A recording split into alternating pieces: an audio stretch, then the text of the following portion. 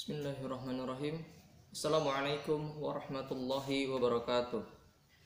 Alhamdulillahi rabbil alamin. Wassalatu wassalamu ala asrafil anbiya'i wal mursalin sayyidina wa maulana Muhammadin wa ala alihi wa sahbihi ajma'in. Amma ba'd.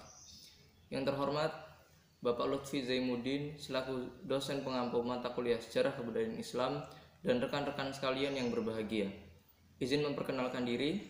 Nama Genta Rahmadan, NPM 18010110057 dari kelompok G. Di sini saya perwakilan dari kelompok G ingin memaparkan sebuah materi sejarah kebudayaan Islam yang bertemakan model pembelajaran sejarah kebudayaan Islam. Metode atau model pembelajaran menjadi salah satu strategi dalam proses pembelajaran. Nah, dengan metode yang menarik dan menuntut anak untuk ikut aktif akan mengubah tercapai kegiatan pembelajaran yang efektif, sehingga siswa akan lebih mudah dan akan lebih mengingat serta diterapkan dalam proses pembelajaran, yang mana tujuannya adalah sudah tentu untuk mempermudah peserta didik dalam menerima materi ajar. Tentunya keberhasilan metode tersebut dikarenakan berbagai hal, mulai dengan kesesuaian metode dengan materi ajar maupun kecakapan guru dalam menerapkan metode tersebut. Tidak hanya dalam pelajaran berbasis umum saja, metode atau model pembelajaran justru sangat perlu digunakan dalam proses pembelajaran berbasis keagamaan. Kali ini pemakalah akan menghadirkan metode-metode atau model-model yang cocok untuk pembelajaran sejarah kebudayaan Islam beserta penerapannya. Tentang apa saja metodenya dan bagaimana caranya akan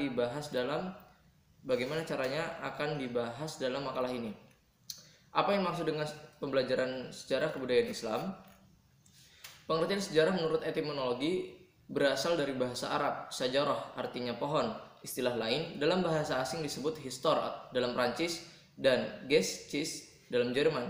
Histor atau Geschichte dan historis dan histori. Kata histori sendiri dalam ilmu pengetahuan sebenarnya berasal dari bahasa Yunani yang berarti pengetahuan gejala-gejala alam, khususnya manusia yang bersifat kronologis. Oleh karena itu, sejarah dalam perspektif ilmu pengetahuan menjadi terbatas hanya mengenai aktivitas manusia yang berhubungan dengan kejadian-kejadian tertentu yang tersusun secara kronologis. Nah, penjelasan di atas bisa dipahami pada bagian pengertian sejarah yang berasal dari bahasa Arab, yaitu syajarah. Kata tersebut jika diterjemahkan dalam bahasa Indonesia yang berarti pohon, bisa dibayangkan biasanya pohon itu tumbuh menjulang tinggi ke angkasa, memiliki akar yang kokoh dan kuat, terdapat ranting, cabang, dan daun. Itu bisa diartikan bahwa sejarah itu memiliki masa, berkembang sesuai zaman. Yang paling penting adalah sejarah ibarat akar, di mana ada asal-usul pohon bisa hidup. Contoh, ada sejarah tentang kehidupan dengan asal-usul. Suatu kejadian bisa dikatakan sebagai sejarah jika kejadian itu sudah lewat pada masa lampau. Untuk kejadian pada masa yang akan datang tidak bisa dikatakan sebagai sejarah karena manusia belum melewati masa itu.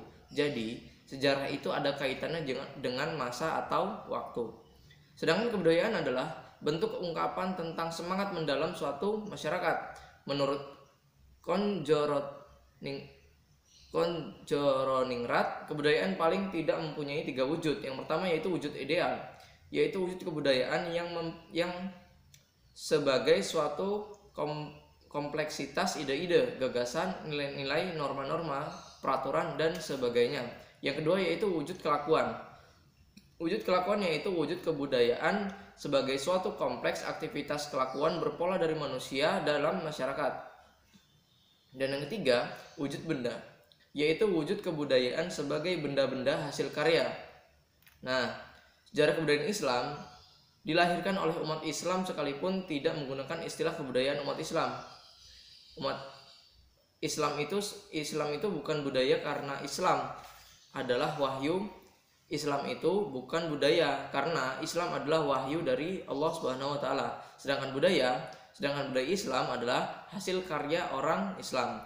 Kebudayaan itu dimiliki oleh seluruh umat manusia dari segala level, termasuk masyarakat primitif pun berbudaya, karena kebudayaan adalah hasil karya manusia, sedangkan peradaban adalah pengembangan budaya manusia dengan kemampuannya untuk mengembangkan diri sesuai dengan pengembangan ilmu pengetahuan dan teknologi. Bagi pendidik perlu menyinggung tentang ini.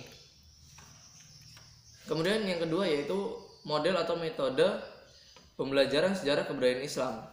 Konsep model pembelajaran menurut Trianto menyebutkan bahwa model pembelajaran adalah suatu perencanaan atau pola yang digunakan sebagai pedoman dalam merencanakan pembelajaran di kelas atau pembelajaran tutorial.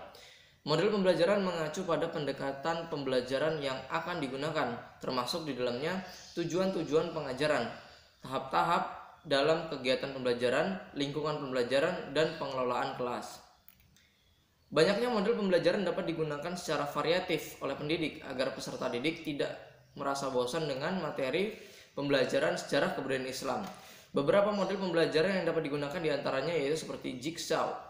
Nah, model jigsaw ini menekankan pada kegiatan diskusi. Jadi, setiap kelompok ini bergantian mengajar pada kelompok lain. Kemudian pendidik mengevaluasi atau menilai hasil diskusi tersebut. Kemudian yang kedua yaitu ada model mind mapping atau konsep map. Jadi artinya itu peta konsep.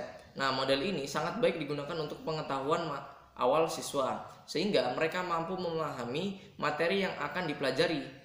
Penyampaian materi dengan peta konsep akan memudahkan siswa untuk mengikuti dan memahami alur sejarah dan memahami secara menyeluruh. Kemudian yang ketiga yaitu ada role playing atau social drama. Nah, metode bermain peran ini mengarahkan siswa untuk memerankan sebuah fragmen-fragmen terkait materi pembelajaran.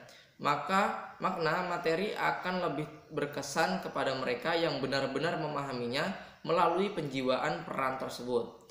Kemudian yang keempat modelnya yaitu ceramah atau metode ceramah.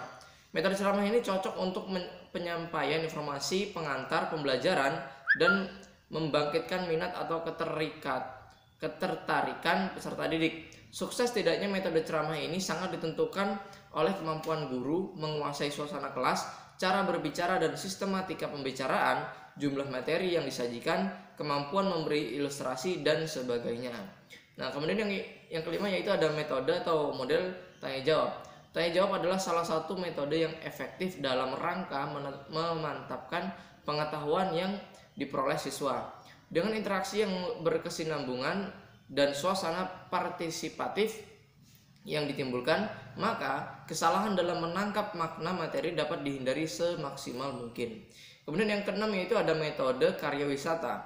Nah, dengan melaksanakan karya wisata diharapkan siswa dapat memperoleh pengalaman langsung dari objek yang dilihatnya. Banyak tempat bersejarah yang mengandung nilai-nilai keislaman, dan ini bisa menjadi tujuan karya wisata dalam pembelajaran sejarah kebudayaan Islam. Kemudian yang terakhir yaitu ada timeline atau garis waktu. Nah, metode ini tergolong tepat untuk pembelajaran sejarah karena di dalamnya termuat kronologi kejadian peristiwa. Dengan metode ini, peserta didik bisa melihat urutan kejadian dan akhirnya juga bisa menyimpulkan hukum-hukum seperti sebab, akibat, dan bahkan bisa meramalkan apa yang akan terjadi dengan bantuan penguasaan timeline beserta rentetan peristiwanya. Nah, berbagai pembelajaran tersebut dapat dipadukan dengan variasi media pembelajaran, baik berupa media audio, visual, maupun audio visual, yang kini mulai banyak jenisnya. Nah, video-video sejarah peradaban Islam kini dapat diunduh dengan mudah melalui internet. Apabila buku-buku di sekolah dirasa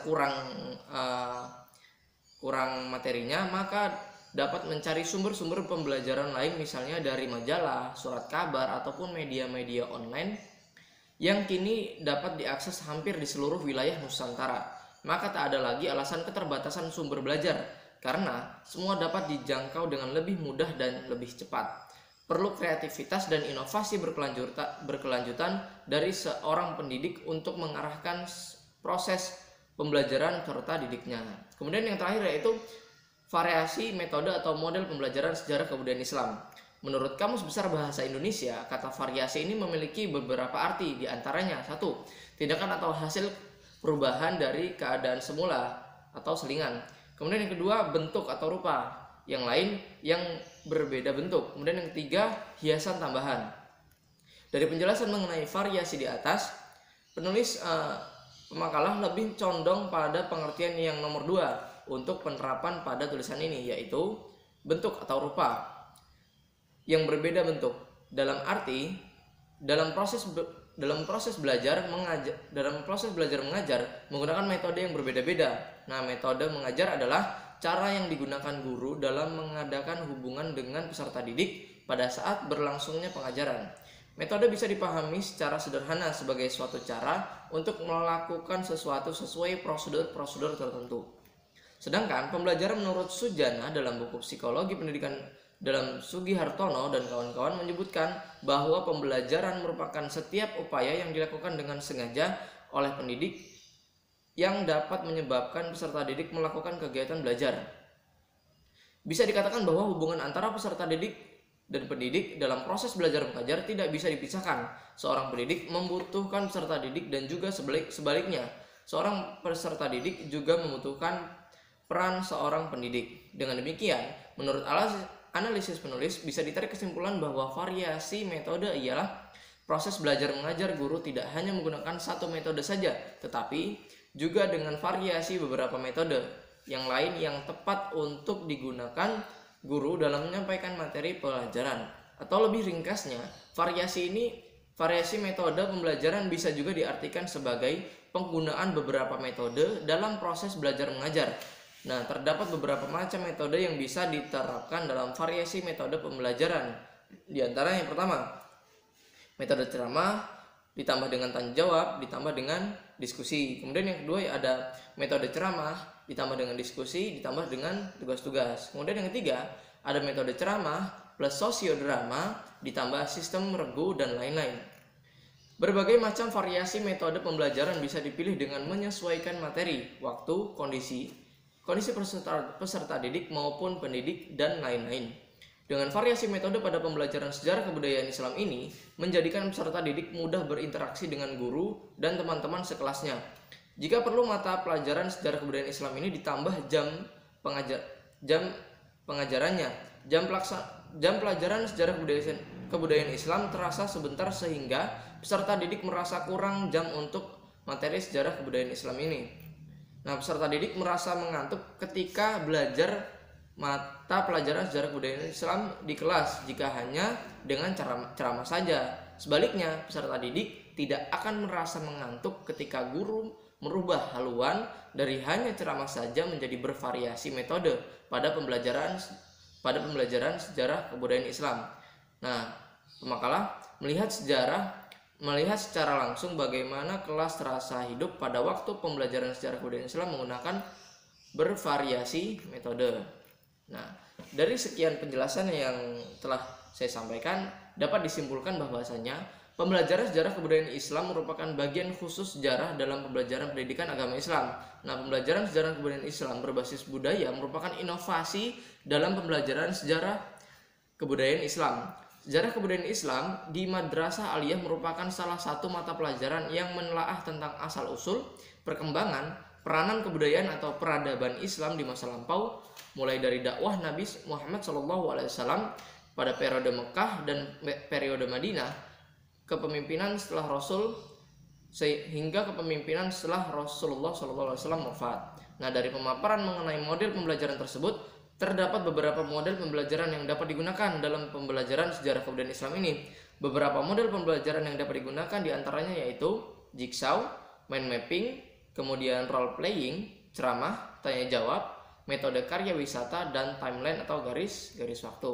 Nah, yang terakhir, dengan demikian variasi metode dalam pembelajaran sejarah kebudayaan Islam sangat diperlukan supaya peserta didik tidak mengalami kejenuhan belajar di dalam kelas, karena dalam pembelajaran sejarah kebudayaan Islam banyak menjelaskan tentang sejarah yang cenderung monoton, dalam arti banyak kisah-kisah yang diceritakan kepada peserta didik. Kurang lebihnya sekian presentasi dari kelompok G. Kurang lebihnya saya mohon maaf. Wabillahi taufiq wal hidayah. Wassalamualaikum warahmatullahi wabarakatuh.